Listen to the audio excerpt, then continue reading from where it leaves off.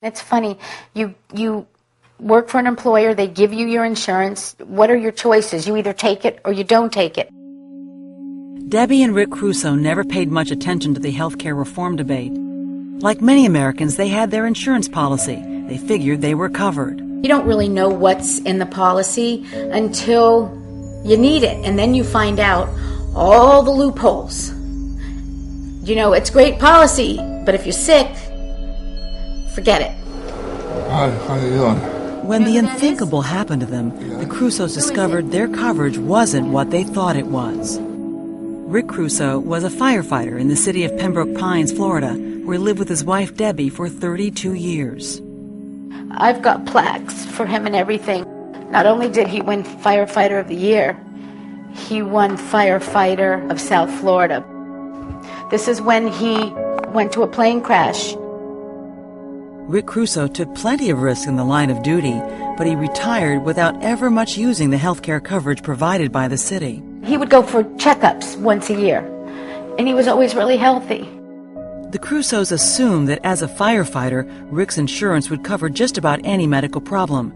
But as the price of medical care skyrockets, consumer advocates like Jamie Court of Consumer Watchdog say insurers are cutting costs, often in unseen ways.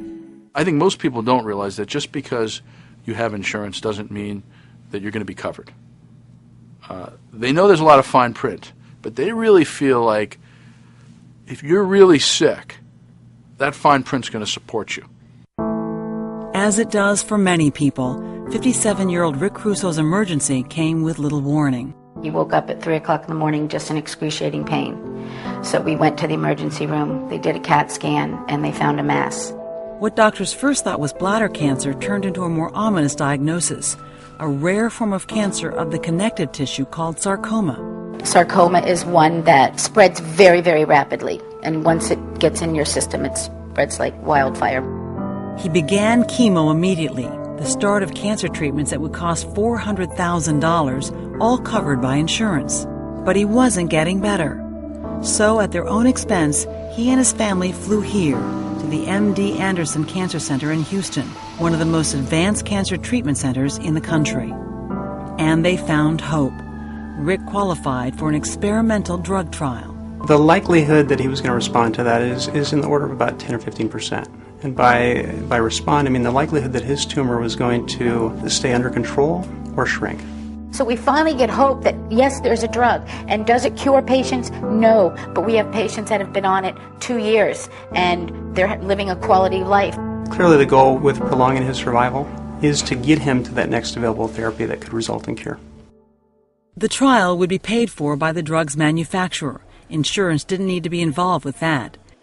But the Crusoes did need their insurer to confirm that it would cover any post-treatment complications, a formality they thought.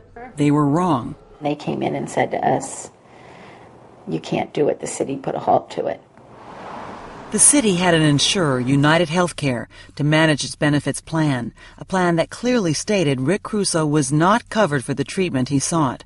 But the ultimate decision on changes in policy rested with the city, which declined NBC's request for comment.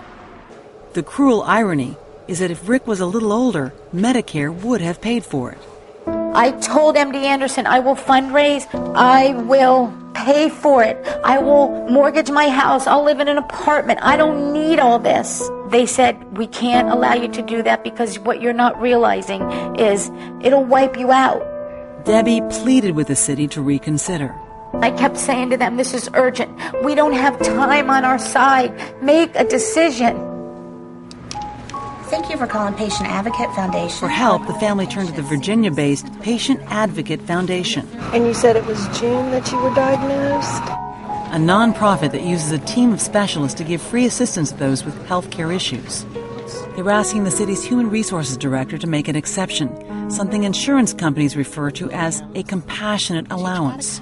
I've probably had over 20 conversations with the HR director, back and forth. I actually implored to him that at least speak with the physician first. Weeks pass while they wait for a decision. So we're going to give him a call today. Good morning, this is Margie Griffin, Patient Advocate Foundation. I'm doing just fine. How are you? No, I haven't. I was just getting ready to call the family in just a few minutes. Okay? Okay. Thank you very much. It's good news. The city has changed its mind. I'm going to give the family a call now. This is, yay, this is one of the best part of my job. Yes, Debbie, good morning, how are you? Okay, the city is willing to make a change in the coverage and allow up to $250,000 for standard care related to clinical trial. So now they're going to cover it? Yes. I'm very happy, and I thank everybody. I mean, and you know what, Margie? Thank you is not an adequate word. But there's a problem. A month has passed since Rick Crusoe was first denied coverage. Can he get the treatment in time? What concerns me is that the patient's health is deteriorating.